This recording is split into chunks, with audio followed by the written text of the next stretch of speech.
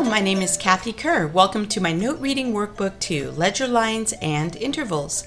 This book is a sequel to Note Reading Workbook 1, which taught notes on the staff.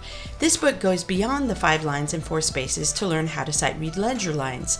Just like learning to read the notes on the staff by repetition, the same goes for reading ledger lines. This book assumes the student reads notes on the staff at an intermediate level or higher. In this video, I will quickly explain each page. The first page explains what ledger lines are.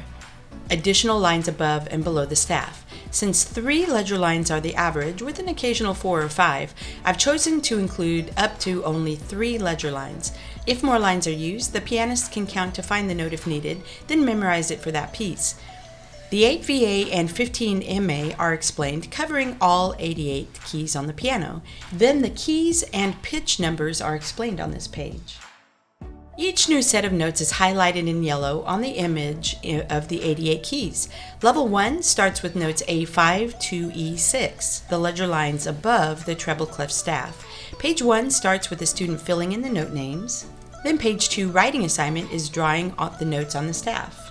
And page 3, the student identifies the note by the description, draws it on the staff, and then names it. Page 4 is where the student plays the notes using a stopwatch to time themselves. There are times listed for different levels: expert, professional, and amateur. The student can play this page repeatedly until the desired level is reached. Since they're all whole notes, the student can focus on them without rhythm. The next page is a writing timed page with different levels for their time. If a student wants to do this multiple times, I would suggest making copies of this page before writing or using a pencil that can be erased.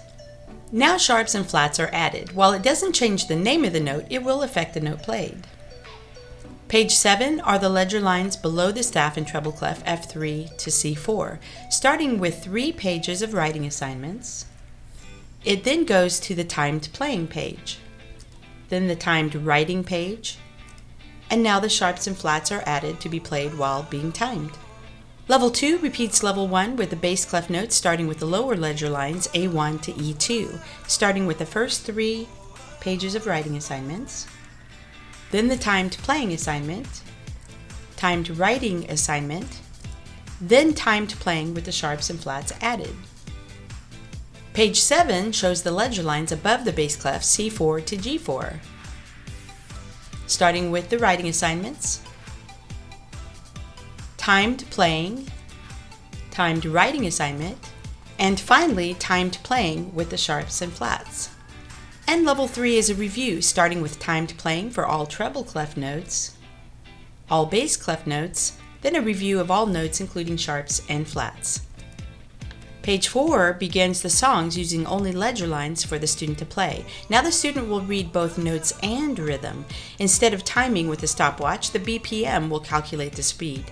This page shows the different BPM numbers for the different levels.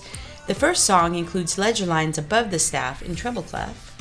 Then page 5 includes the lower ledger lines in treble clef.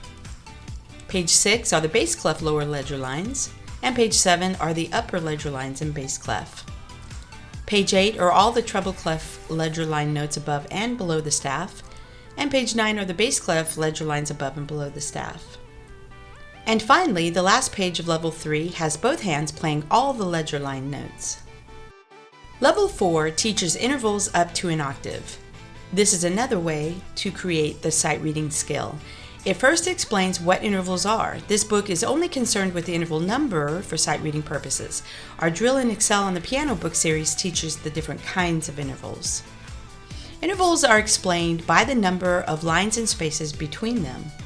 Knowing this helps to identify them at sight.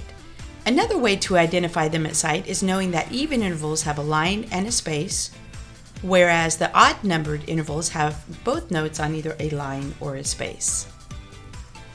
Then, just like the previous levels, page 2 starts with writing assignments by filling in the interval numbers. It's encouraged for the student to take a mental picture of each interval to know them at sight. Page 3 is a timed writing assignment for treble clef. Page 4 is a written worksheet for the bass clef intervals, and page 5 is a timed written worksheet for bass clef. Page 6 is a timed written assignment for both treble clef and bass clef.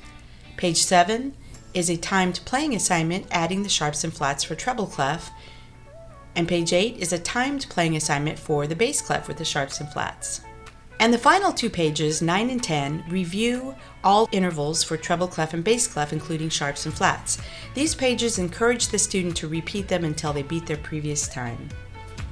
And that wraps up the pages in the Note Reading Workbook 2 for ledger lines and intervals. I hope this book will help you or your student take the next step in sight reading.